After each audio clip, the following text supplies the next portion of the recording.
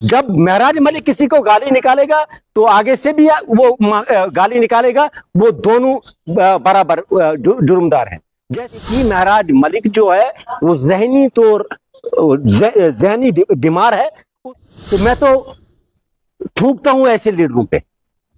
महराज बीच में उठता है, सबका वो माइक बंद होती है और महराज की माइक शुरू होती है, तो याद रखना महराज को बर्बाद कर देगी एनसी।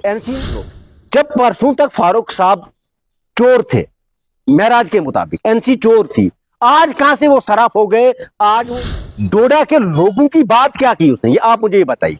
डोडा के इलाकों की क्या बात की उसने? जो जैसी जबान चलाएगा उसको वैसे जवाब मिलेगा, चाहे वो।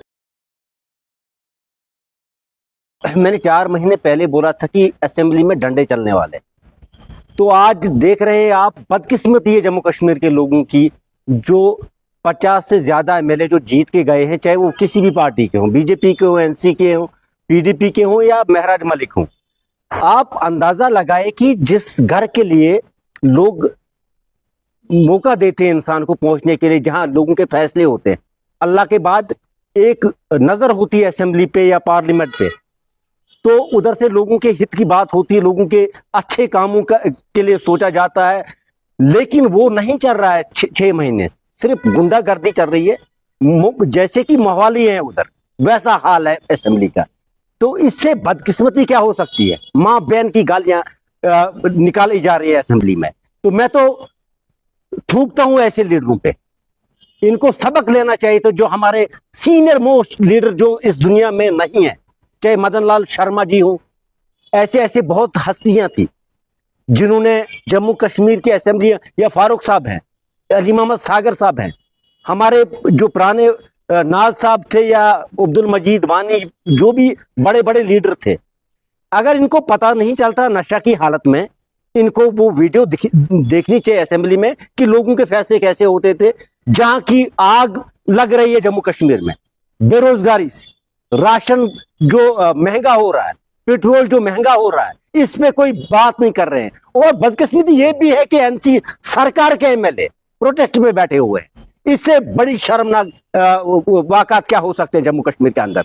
तो कुछ लोग जो हैं, आप अंदाजा लगाए कि मां बहन से ऊपर कुछ है ही नहीं। लोग, हमारी नस्लें सबक क्या सीखेंगी जम्मू कश्मीर के असेंबली से? तो मैं गुजारिश करता हूं स्पीकर साहब से, उमर साहब से, कि वो एक साइड से बीजेपी के खिलाफ बोलते हैं, दूसरी साइड से उनके मिनिस्टर आते हैं तो उनको शाल लेके टूलिप गार्डन में जाते हैं, शर्म नहीं आती उनको उधर जाके? वो गुलाम नबी आजाद साहब की देन है। ये कुछ करके दिखाएं जम्मू कश्मीर के लोगों के लिए, तो हम बोलेंगे इन्होंने किया। लेकिन 6 महीने से खाली भाषणबाजी, मां बहन की गाली, तो मुझे नहीं लगता है कि लोगों के हित की कोई बात होगी। महराज मलिक ने इल्जाम लगाया कि पीडीपी और बीजेपी मिलके जो है गुंडागर्दी करना चाहती है, उनको मारना पीटना चाहती है, उनसे डर रही है। सलिंदर भाई, मैंने आपको एक चीज आज से 4 महीने पहले बोली थी, जो जैसी जबान चलाएगा उसको वैसे जवाब मिलेगा, चाहे वो डोडा के अंदर हो, जम्मू कश्मीर के अंदर हो, किसी भी जगह हो। लेकिन महराज मलिक की जबान बोल रहे हैं, वो भी बोल रहे हैं कि जिस तर्ज पे जो आएगा नहीं, वो तो सिस्टम तो महराज मलिक ने स्टार्ट किया, तो अब उसको कौन सी तकलीफ होगी? जब महराज मलिक किसी को गाली निकालेगा तो आगे से भी वो गाली निकालेगा, वो दोनों बराबर जुर्मदार हैं। जैसे कि आज से पहले भी डोडा में हुआ था, ऐसा मंजर हुआ था, दोनों साइड से वो चला था। एक एमएलए को गाली गलौज के लिए असेंबली में लोग नहीं भेजते हैं। बदकिस्मती है हमारे लोगों की कि जिन्होंने बड़े शौक के साथ डोडा बुंजा से चुने हुए बड़े बड़े दिग्गजों को हरा के उनको भेजा था। हमें उम्मीद थी, मुझे खुद उम्मीद थी कि जिस इनकलाब का नारा दे रहे हैं महराज मलिक, या इसके लोग इनकलाब के नारे दे रहे थे, वो जाके लोगों की हित की बात करेंगे, वो बिल लाएंगे, बिल पास करवाएंगे जो जिनकी सरकार है। मगर अफसोस कि ये आज जो हुआ, मुझे लगता है कि ऐसे अगर सिस्टम इनको रोक नहीं लगाई जाएगी, याद रखना मेरी बात सुलिंदर भाई, डंडे चलेंगे असेंबलियों में।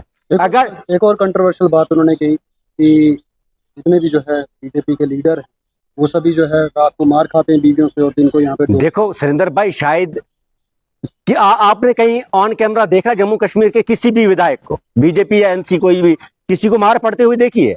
शायद जिसको खुद पड़ी होगी वो दूसरे पे इल्जाम लगाते, वो खतरे की घंटी उसके लिए है। मैं महराज की सोच, ये कह रहे हैं कि महराज मलिक को बीवी ने मारा। शायद जिसको मार पड़ी होगी बीवी से, वही बोलेगा कि दूसरे को भी पड़ी होगी। देखो यार, ये इन चीजों से कुछ नहीं होगा जम्मू कश्मीर के लोगों के। डोडा के लोगों की बात क्या की उसने, ये आप मुझे ये बताइए। डोडा के इलाकों की क्या बात की उसने? जो 2014 में हमने सरकार जो रोडें थी उससे आगे कोई रोड गई? आप डोडा से ब्यौली तक जाइए, रोड की हालत देखिए, किसी चीज की बात नहीं की। महराज मलिक जो है वो जहनी बीमार है। उसको एनसी वालों ने जो, देखो मेरी बात सुनो, जब परसों तक फारूक साहब चोर थे महराज के मुताबिक, एनसी चोर थी, आज कहां से वो सराफ हो गए? आज वो बीजेपी या पीडीपी का नाम लेते हैं। और मैं महराज मलिक से गुजारिश करता कि यार, जो दुनिया में नहीं है, चाहे वो हिंदू हो या मुसलमान, उसका नाम तमीज और तहजीब से लेना चाहिए। मुफ्ती मोहम्मद सईद कोई छोटी शख्सियत नहीं थे। वो हिंदुस्तान के होम मिनिस्टर रहे हैं, जम्मू कश्मीर के चीफ मिनिस्टर रहे हैं।